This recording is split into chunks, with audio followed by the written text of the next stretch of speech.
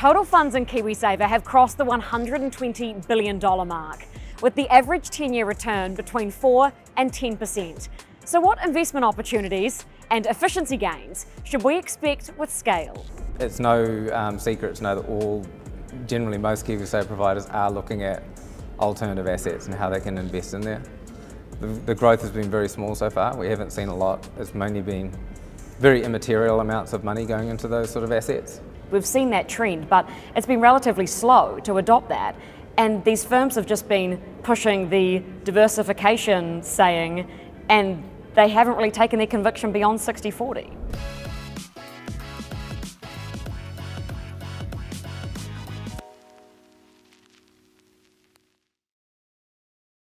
Well, Greg, thank you so much for doing this. Good to see you as always. Hey, no problem. Thanks for having me. I'm keen to talk to you about the scale of KiwiSaver, where it's at now and what has and hasn't changed with it. From your research, it's now worth 121 billion New Zealand dollars as at the end of last year, 2024. What's changed with scale and what hasn't? So, I mean, it's arguable it's at scale. Like 121 billion is very small in comparison to most retirement schemes in other markets. Australia's 4.1 trillion. So just to give you some context there. But it is bigger than it was. Like in 2012, I think it was around 15 billion. So it's added 100 billion since then. Fees have come down about 30% since then. But they've kind of stayed around this level for a number of years now, probably 2 or 3 years. Let's talk about the rate of growth. Now that there's more contributors to KiwiSaver who are contributing more of their salary, which if their salaries were inflation adjusted, more of that may be going towards KiwiSaver, hopefully. How much faster is KiwiSaver growing now from 121 bill to where? Well, the interesting thing is that going forward, the main driver of KiwiSaver as a scheme will be market returns. So we're now seeing over the last 2 years, 2/3 of the growth has simply been from markets going up as opposed to contributions. So contributions will increase, but they'll only increase probably with the rate of population growth and inflation. So it's going to be a static number. What you're going to see is market returns going up and down, but as more money's in there, that the sort of the impact of that will be larger. Fair to say then that we're kind of at like a reality checkpoint for KiwiSaver where the growth in it will now be pretty much all market returns. Correct. And the focus is on that as opposed to just money flowing into these Correct. firms. So the growth won't be as linear. It won't be as, predictable. 20% growth next year, it goes up a lot. 20% of a decline, it will go down a lot. Right. So it could look great or scary for an individual because that balance is bigger. So that drawdown can look bigger in nominal value. This kind of means that the rubber's going to hit the road for a lot of these KiwiSaver firms then, right? Because everyone's going to be looking at their returns as a measure of growth. Yeah, and their help desks and their call centres start to go a bit crazy, for sure. But I mean, if I'm an investor, you've just got to trust the process. You've got to understand that your market value is going to go up and down, that your investment is for the long term and have a look at it once a year. Don't look at it every day. Now, you do the best research on this that I read constantly, Greg. Tell me the average 10-year long-term investment return in KiwiSaver and then maybe like the short-term average return too? It really depends on what category you're in. So if you're in a very defensive sort of conservative portfolio, you might be getting 4 to 5% a year, right out to sort of 10 or 11% a year if you're in an aggressive growth fund. And over almost all time periods, we can see that step change goes with the more risk you take, the higher your returns are going to be. So bottom line, growthier assets are better and yes. good. Yeah, growth assets the more growth you've taken on has been rewarded over time, over 1 year, 3 year, 5 year, 10 year, the whole. You mentioned that fees came down about 30%, but they've stayed flat. Has that looked different or similar across all types of funds, whether that be growth or more cash? Generally.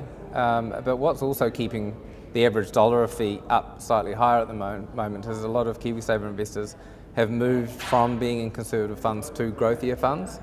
So a growthier fund charges more, it's managing more growth assets, so the argument goes for most providers that they have to charge more. So if you're putting more money into them, the average fee in the market tends to be going up as well.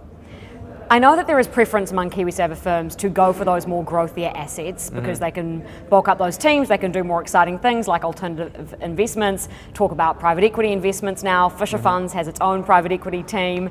What are you hearing about the preference among firms to have more of their contributors to KiwiSaver in growthier funds because of the A, opportunities it affords them, but also B, the fees it gives them? I think that generally, I'd like to think it's because they want to get their investors into the right fund profile so they retire with the right amount of money. So if we can be charitable and say that that's probably their main driver. But obviously the benefit of that is, you're right, fees are going to increase at firm level, and it will open up more opportunities to get into those assets. It's no secret to know that generally most KiwiSaver providers are looking at alternative assets and how they can invest in there. The growth has been very small so far. We haven't seen a lot. It's mainly been very immaterial amounts of money going into those sort of assets, but they are starting to pop up in those portfolios. If fees have sort of found a floor, by the sounds of it, we've now seen a lot of consolidation across the KiwiSaver sector. There's just a handful of big firms running these funds now. Less competition, does that mean that there's going to be less pressure on fees? Potentially. In Australia, as an example, the average fee for the top 5 providers is higher than the average fee for the top New Zealand providers. So New Zealand's about 80 basis points and Australia's about 86. For the rest of the market in New Zealand, it's about 80 basis points as well. So there hasn't really been a lot of size, hasn't really shown to be reducing fees. But there is options out there. You can get KiwiSaver funds for as low as 25 or 30 basis points, 40 basis points, depending on which provider you choose. So the power isn't really in the hands of the investor. I mean, they can do their research, they can have a look at various websites and places and find out what fees they want to pay, and they can go and find those providers. And it's about finding that right balance, right? Like if we want investors to be in these growthier assets, if, according to your research, they return more in investments to these investors, then we probably should be comfortable with paying a higher fee given the extra work that requires, yeah? Yeah, correct. Yeah, and I think as we get into more private assets, infrastructure assets, private equity, those they cost more money to manage. So we would expect to see fees slightly higher. And I think that's why we see fees higher in Australia, because they have up to 20% of their assets, 25% of their assets sometimes on a growth fund, in those sort of assets. So they're higher to manage, so their internal teams running those cost more money. Let's go there on alternative assets. What would that look like in terms of an investment mix in these funds? And ultimately, what sort of percentage do you think that could end up taking up of KiwiSaver funds if they have higher returns? My understanding from your research is that KiwiSaver funds currently are exposed like 2% to alternative assets, where in Aussie it's like 18% of a much larger 4 trill total. Yeah. And I mean, they got to scale, and then they realised they couldn't just keep ploughing their money into domestic equities. They didn't want, so they started to see these opportunities. So I think as KiwiSaver funds get to that point, there's no reason why it couldn't get to that size. So if we think about, an Aussie super balance to a growth fund in Australia, they're going to have 25%. The Yale Endowment Fund's another long-term fund that has 45% exposure to growth assets. Wow. So that's where really professional, sophisticated investors putting together long-term portfolios see the value to really harvest that, I guess what they call in the game the illiquidity premium of investing in those assets. So over the long term, they should be able to return higher money. Liquidity is an interesting point there. It is. How is that going to change potential withdrawal options? That might change the way we use KiwiSaver, could it? Yeah, and it's interesting. So at the moment, a KiwiSaver provider has to be able to essentially liquidate its entire portfolio in 10 days. You can't quite do that. You can't do that if you own a bridge, business, right? Yeah. If you own a bridge or a big commercial building or something like that.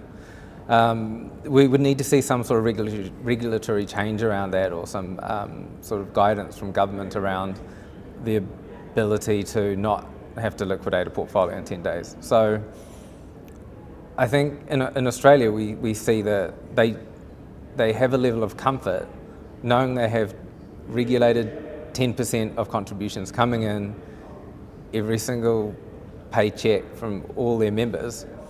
They probably won't unless some nuclear event occurred and something really bad happened, the chances of them having to liquidate their portfolio in 10 days is so small, it's not worth worrying about for the benefits that you get by investing in that long term. Okay. So I think it has to be a mindset change, both from regulators, fund managers, and ultimately the clients, the mum and dad investing in that KiwiSaver fund, to have trust in the ability of the professionals running that fund, that they're investing in the right things, there's some governance around it, and that they can get comfort to invest in those things if that's what they want. On trust, and I respect that there needs to be regulatory changes to allow firms to do more with KiwiSaver.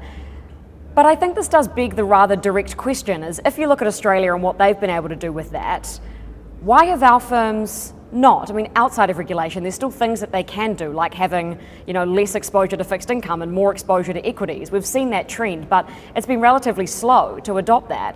And these firms have just been pushing the diversification saying, and they haven't really taken their conviction beyond 60-40.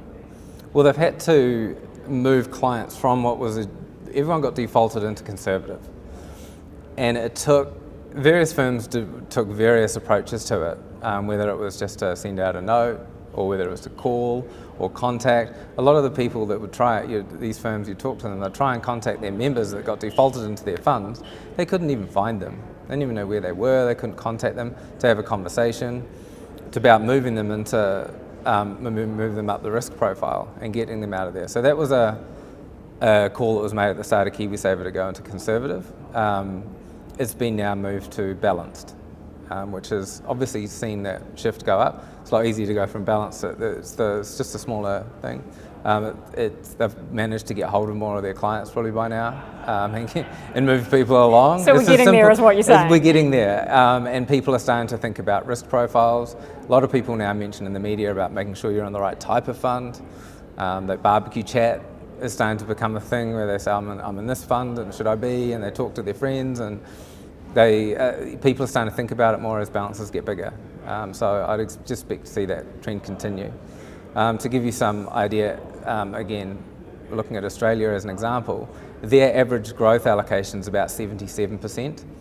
Ours is 62%, at an overall scheme level. So we're getting there. We're getting there. But it was 48, 44, 42 not so long ago. So it's been in the very low, and it's now starting to pick up. Well, your answer there kind of speaks to the, I think, broad agreement across the finance industry that KiwiSaver is not fit for purpose, and there's been some changes that have been needed along the way, which is what happens when a scheme is first set up. It's great that we have something, and then there's sort of tweaks we can make to make it better. What are your thoughts on tweaks that we can still make to make it better, not only on the mix and the regulatory changes, but on contribution rates too? I mean, they're a big one. It's just what we're putting in today is not enough to get to a comfortable retirement balance. What is enough? Give us a number. I wouldn't want to go there. It's not. It's a double a digits, personal right? preference, right? But I mean, you look at again, we go to Australia. It's 10%. It's regulated to go to 12%, and so that's 3 times as much. So an average worker is going to end up with, at a minimum, 3 times, assuming that doesn't grow any quicker. But of course, that's going to compound as well. So it's going to could be multiples more money at the time they retire than the average New Zealand person putting in the minimum. What about the employer contribution rate? Does that need to change? I mean, it's all an end up being a total salary benefit, isn't it? At the end of the day, so I mean, it's one of those things. It's probably a personal preference on what you think it should be and how it should look, and I think it's up to the government to go do some modelling and work out what's the best settings. But whatever they are today, I just don't think it's enough. Do you know what I found out today? Which I feel dumb for not knowing it, but it really amazed me. I didn't know that 3% employer contribution was taxed. It originally wasn't taxed. So when did they add that in, change. and how did I not know about it? I think it was like a few years after.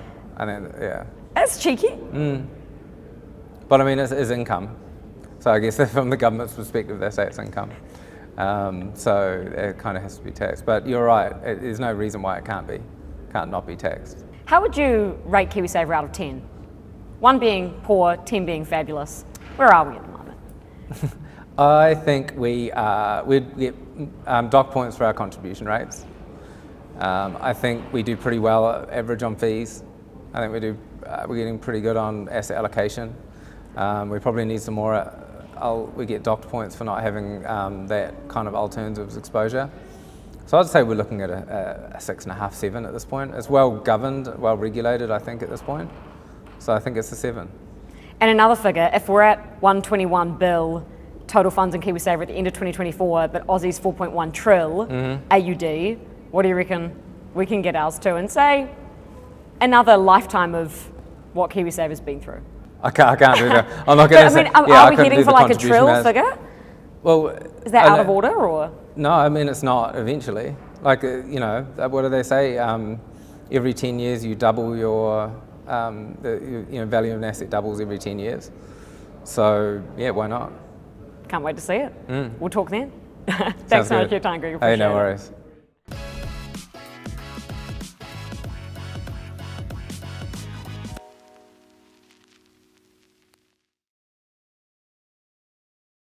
Thanks for watching Markets with Madison. If you enjoyed this interview, please hit the like and subscribe buttons below.